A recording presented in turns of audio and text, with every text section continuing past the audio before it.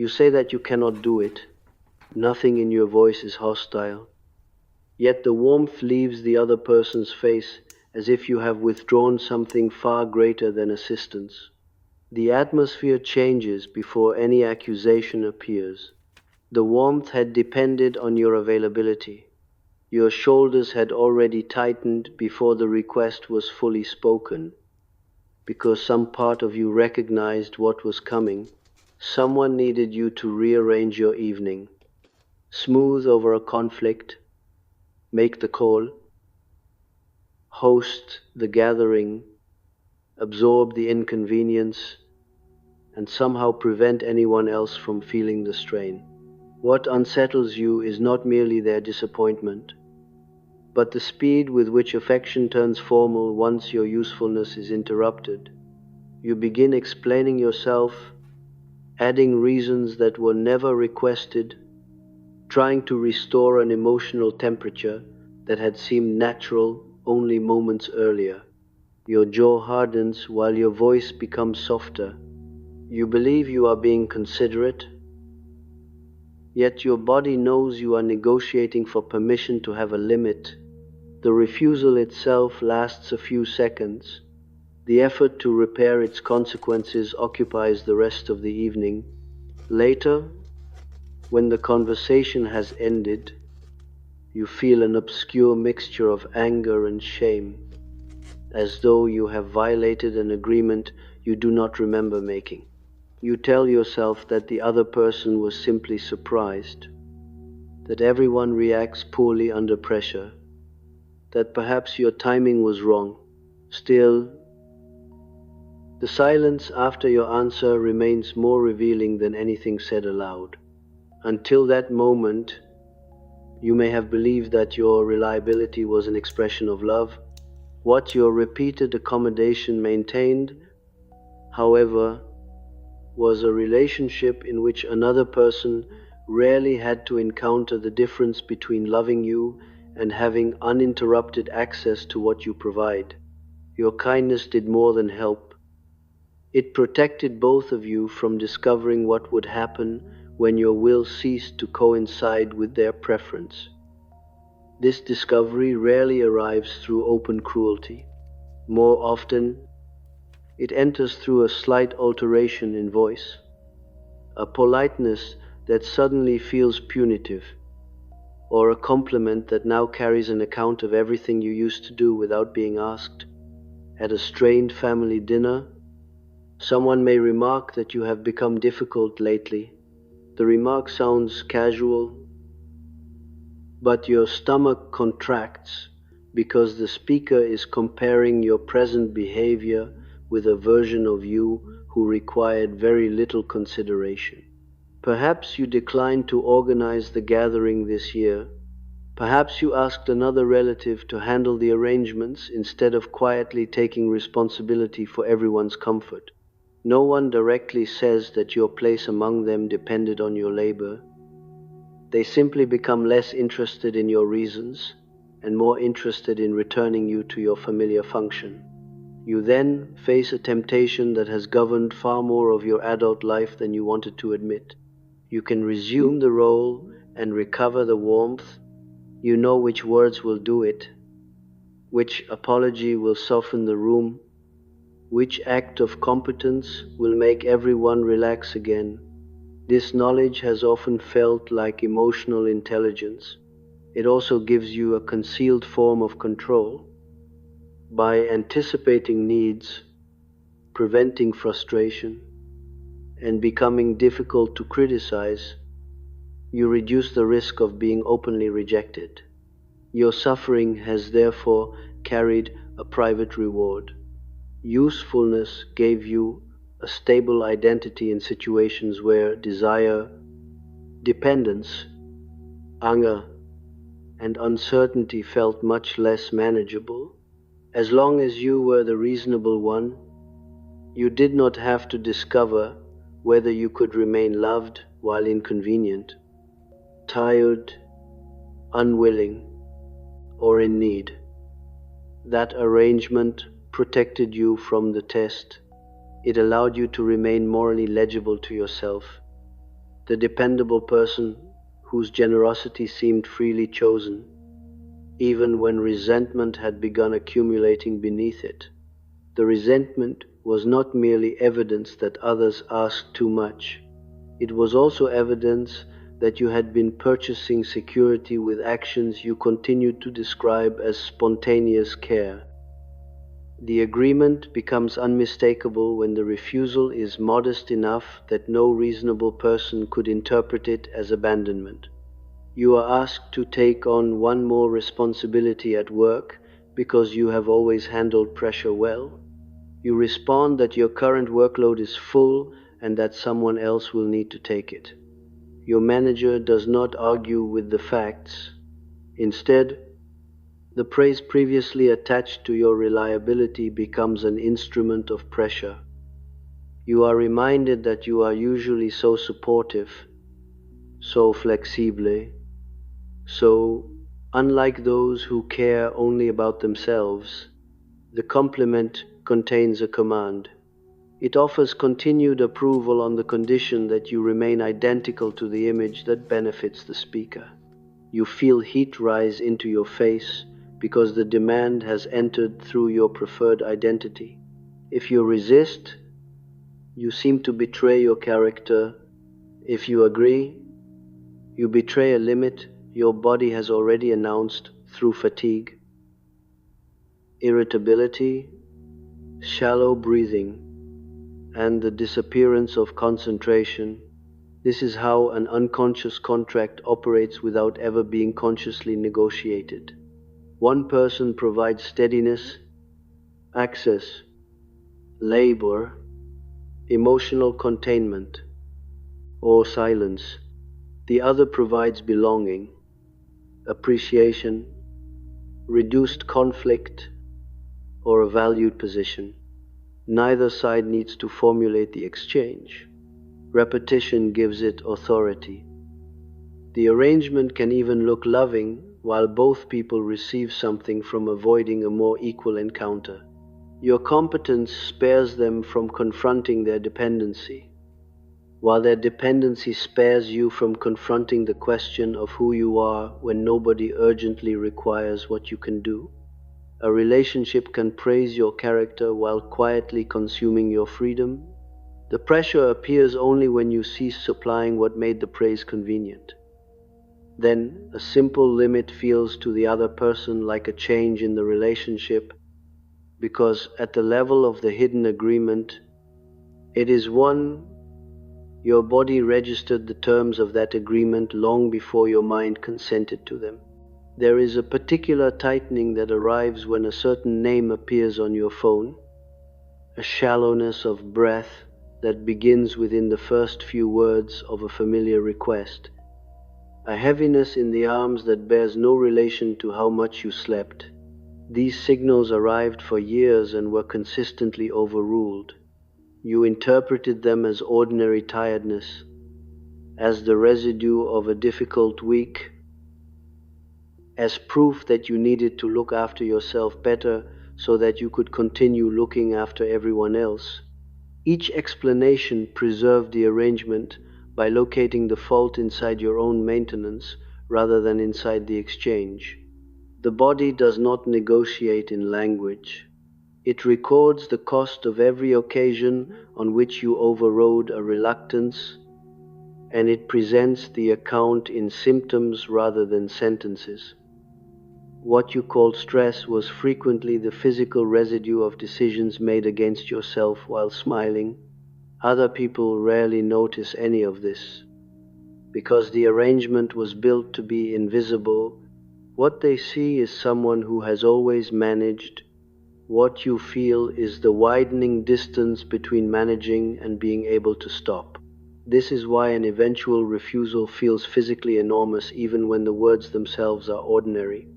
You are not only declining a request, you are contradicting a bodily habit rehearsed thousands of times. And habit at that depth does not release without alarm. The alarm is not evidence that you are doing something wrong. It is the sensation of an old alignment being asked to change direction. Cloth can be trained by repeated tension during manufacture, pulled in one direction, released, then pulled again across years until its fibers retain a useful alignment.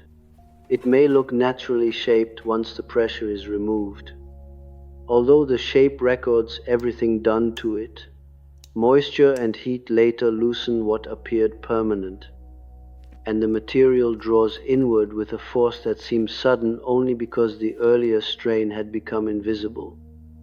Your familiar agreeableness can carry a similar history without being false in every respect. You may genuinely care, genuinely enjoy helping, and genuinely possess unusual patience. Yet those qualities have been repeatedly pulled toward one relational use. Care becomes anticipation. Patience becomes permission for delay. Sensitivity becomes surveillance of everyone else's mood. Generosity becomes the means by which you prevent another person from having an unwanted reaction. When you finally say no, the movement feels disproportionate because your personality has been held in one direction for so long. Others may experience the change as contraction, selfishness, coldness, or loss of affection. You may experience it as guilt. Both reactions misread the accumulated tension as proof that the old shape was natural. The persona has been carrying this arrangement, presenting a socially admirable face that organizes instinct, anger, need, and ambivalence outside the approved image. Once that face fails to secure harmony, the disowned material does not emerge elegantly. It appears as disgust toward people you once served willingly, fantasies of disappearing from obligations, sudden impatience with small requests, or a refusal so sharp that it frightens even you. These reactions do not automatically make every demand illegitimate. They reveal how little room existed for your refusal before refusal became explosive. Suppressed choice does not vanish. It returns without the manners that suppression demanded. A Jungian reading does not divide this scene into an innocent giver and a corrupt receiver. It asks what each personality has refused to know and how the relationship has helped preserve that refusal. The person who grows cold may be unable to tolerate dependency consciously. Your availability allowed that dependency to remain disguised as your virtue rather than their need. When access is reduced, shame may appear as irritation, criticism, or wounded distance. They may sincerely feel abandoned because the arrangement prevented them from distinguishing frustration from rejection. Yet your side of the exchange is equally consequential. You may have projected onto them the authority to certify your goodness. Their approval became evidence that you were generous rather than controlling, loving rather than afraid, selfless rather than unable to state a preference. The more indispensable you became, the less directly you had to ask whether they enjoyed your company when you were offering nothing. You could infer affection from their reliance. Reliance is easier to measure than love. It produces requests, gratitude, urgency, and visible consequences when you withdraw. Love is less obedient to evidence. It may remain present during disappointment, but it cannot be guaranteed by perfect performance. This is why the first serious interruption of your familiar role feels dangerous even when no material catastrophe follows. Something more intimate than conflict has been exposed. You have lost the method by which you kept uncertainty under control. The other person's resentment may tell you something about their expectations, but your panic tells you how much authority those expectations acquired inside you. If you immediately retreat, apologize, and resume the old service, The relationship may become pleasant again. The restored warmth will feel like relief, though it will also confirm that warmth can be recovered by abandoning your own position. If you remain where you are, you cannot yet know whether the affection will adapt, diminish, or reveal itself as dependency, wearing an affectionate tone. You are left with the silence between what was said and what the relationship now demands that you pretend not to have heard. Once another person's disappointment acquires the power to reorganize your behavior, the limit is no longer only between you and them, it cuts through the personality you have presented and the life that personality has made possible. You may spend days reviewing the encounter, searching for an interpretation that permits you to return to your former innocence. Perhaps they misunderstood your tone. Perhaps you were too abrupt. Perhaps the relationship would have responded differently if you had chosen better words. Some revision may be justified because limits can be expressed defensively, carelessly, or with concealed retaliation. Yet the intensity of your self-examination often exceeds the actual event. You are searching for an error in delivery because an error can be corrected without questioning the arrangement itself. If the problem was your tone, you can improve it. If the problem was that your separate will has become intolerable, no refinement of language can restore equality. This distinction is difficult to accept because you have long treated conflict as a technical failure. You assumed that enough patience, explanation, tact, and emotional accuracy could produce an outcome in which nobody felt deprived by your decision. That assumption kept you occupied with method while protecting you from the limits of influence. Other people possess reactions you cannot ethically manage for them. Their displeasure may be proportionate, manipulative, frightened, habitual, or simply human, and you cannot always determine which before deciding whether your own position is real. The demand for certainty becomes another way of postponing separation from the role. You wait to know that you are entirely right, that they are clearly unreasonable, and that no kinder formulation exists. Meanwhile, the old agreement remains intact because you have made your autonomy dependent on a verdict that the relationship itself is unlikely to provide. The shadow enters through what your preferred identity cannot admit. If you have organized yourself around being generous, the wish to withhold may feel shameful before it feels informative. If you have been known as calm, anger may arrive as evidence of personal failure rather than as a response to repeated trespass. If others rely on your maturity, the desire to let them experience the consequences of their choices may seem cruel. You then divide your inner life into acceptable motives and inadmissible ones, presenting the first while secretly governed by the second. A refusal may sound composed while carrying years of unspoken accusation. The other person hears more than the words because more is present.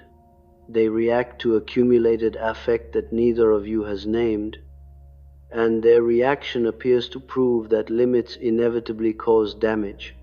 In this way, repression manufactures the very eruption used to justify further repression. The problem is not that anger makes your decision invalid. Anger may reveal where voluntary generosity ended and compelled service began. Yet anger can also seek repayment. It may want the other person to feel suddenly deprived, to recognize your value through discomfort, or to confess how much they took for granted. Then the limit contains two movements at once. It declares a position, and it hopes that withdrawal will finally produce acknowledgement. When acknowledgement does not come, You may intensify the distance while insisting that you expect nothing. You are still emotionally organized around their response. A refusal can end an action while leaving the old dependency untouched. The dependency merely changes form, from needing approval to needing proof that your absence matters. Until that second demand becomes visible, apparent independence may remain a reversed version of the old obedience. This is why some relationships become more confusing rather than less after you stop agreeing automatically. The other person may adapt in practical ways while remaining emotionally resentful. They ask less, but their voice becomes careful. They include you, but no longer consult you with the same warmth. At a family gathering, the tasks are now divided among several people, exactly as you said they should be. Yet you find yourself watching for signs that the event is less enjoyable without your management. Part of you wants the new arrangement to succeed because you no longer wish to carry everything. Another part wants it to fail enough to prove that your labor was essential. You may feel unexpectedly displaced when others discover competence in your absence. The role that exhausted you also ensured your centrality. Without it, conversation continues. Problems are solved imperfectly, and people develop capacities your intervention once prevented them from needing. The loss of burden can therefore produce a loss of rank. You may call the feeling loneliness, but beneath it lies the collapse of a privileged position within the emotional economy of the group. Being needed allowed you to enter other people's decisions, moods, conflicts, and priorities with an intimacy that ordinary mutuality would not always grant. Helpfulness can become a socially acceptable form of intrusion when it repeatedly answers needs that have not been expressed. You may have known what everyone required because you watched them closely, and you watched them closely because their dependence stabilized your place. When you withdraw from that vigilance, you confront a less dramatic form of belonging. You may be welcome without being necessary. For a personality built around indispensability, being merely welcome can feel almost like exclusion. Projection complicates the judgment further. You may see exploitation wherever someone misses the version of you who gave more, just as they may see selfishness wherever you cease to accommodate them. Both interpretations can contain fact, and both can defend against self-recognition. Their longing for your former availability does not establish that their affection was entirely false. People often love through the limited forms their own unconscious arrangements permit. They may care for you while also depending on your agreeableness. They may value your presence while resisting the implications of your separateness.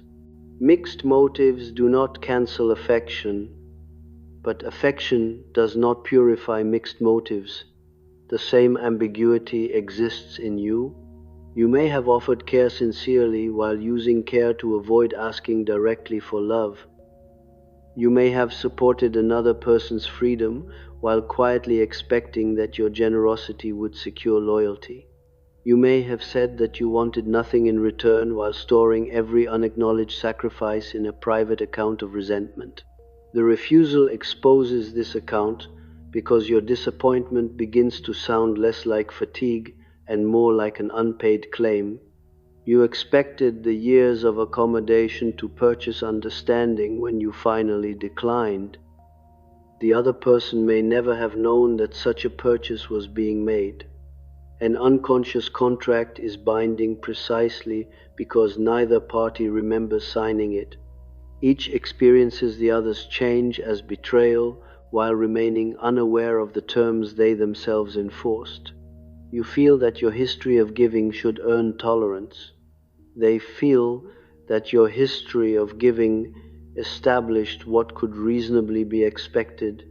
The conflict cannot be solved by determining which memory is accurate, because the decisive material lies in what both memories omit: your generosity concealed negotiation, and their gratitude concealed entitlement.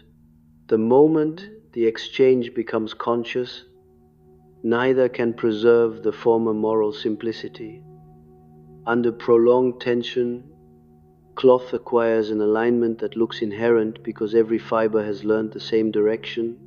Once released, it does not return to some untouched original form.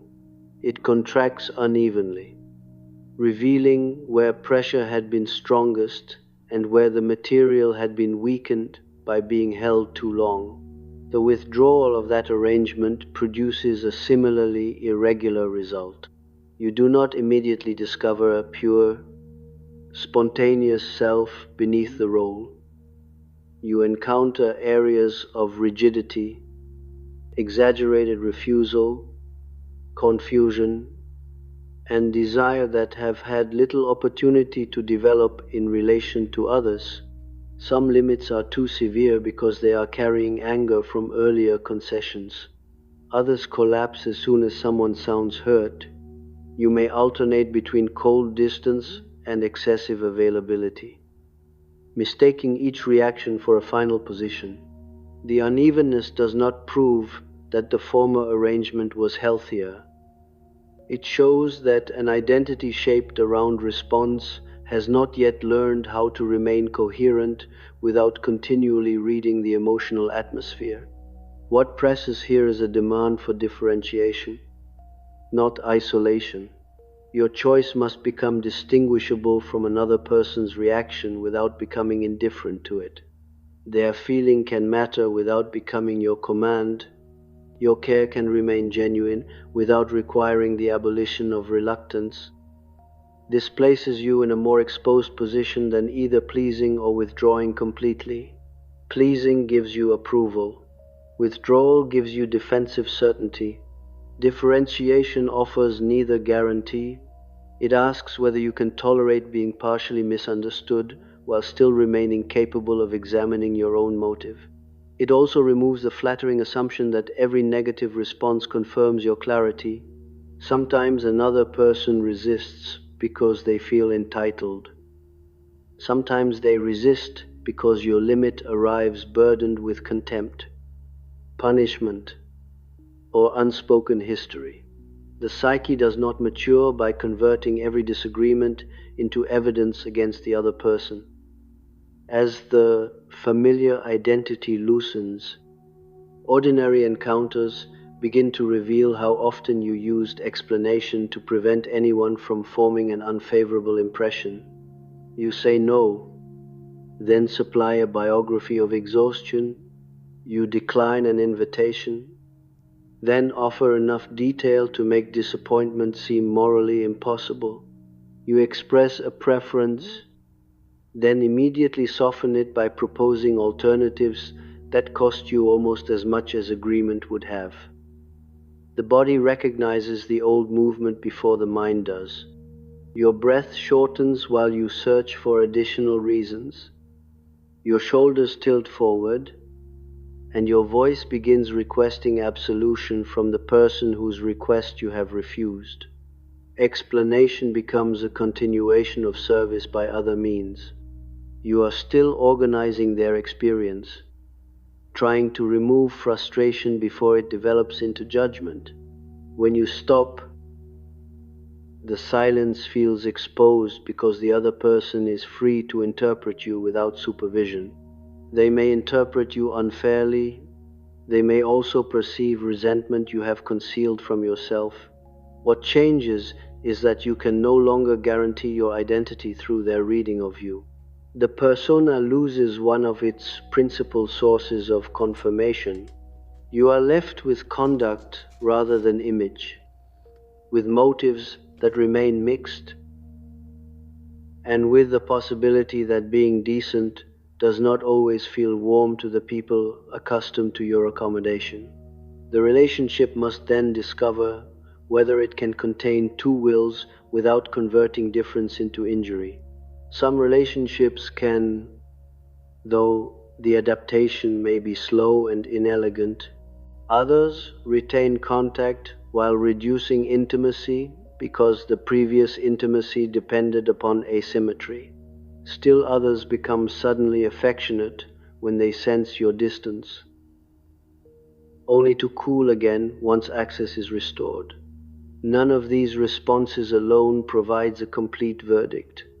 The decisive pressure falls inward, where you must distinguish a living limit from a strategy designed to make someone finally recognize your importance.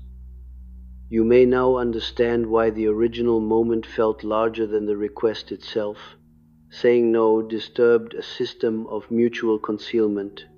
It exposed their expectation, your bargain, the role of approval, the uses of resentment, and the degree to which affection had become entangled with function. Yet understanding does not tell you which relationships deserve patience or which refusals express a deeper integrity. It removes only the explanation that allowed every accommodation to appear innocent. You can no longer assume that harmony proves love, because harmony may have been produced by your disappearance from the equation. You also cannot assume that conflict proves exploitation, because conflict may accompany the difficult arrival of a person whom others have known mainly through service. The uncertainty is no longer about whether everyone approves. It concerns what kind of connection remains possible when approval loses its governing power. If you continue to give, you will have to know whether the act arises from affection, fear, control, to a beat, or an unspoken demand for future credit. If you refuse, you will have to know whether the refusal protects a legitimate position or stages a deprivation intended to force recognition. No external reaction can answer these questions on your behalf. Praise may reward your self-erasure, and criticism may challenge your self-deception.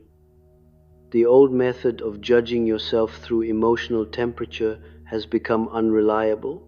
What remains is the exact place where your body tightens, your explanation begins, and your identity reaches for another person's permission.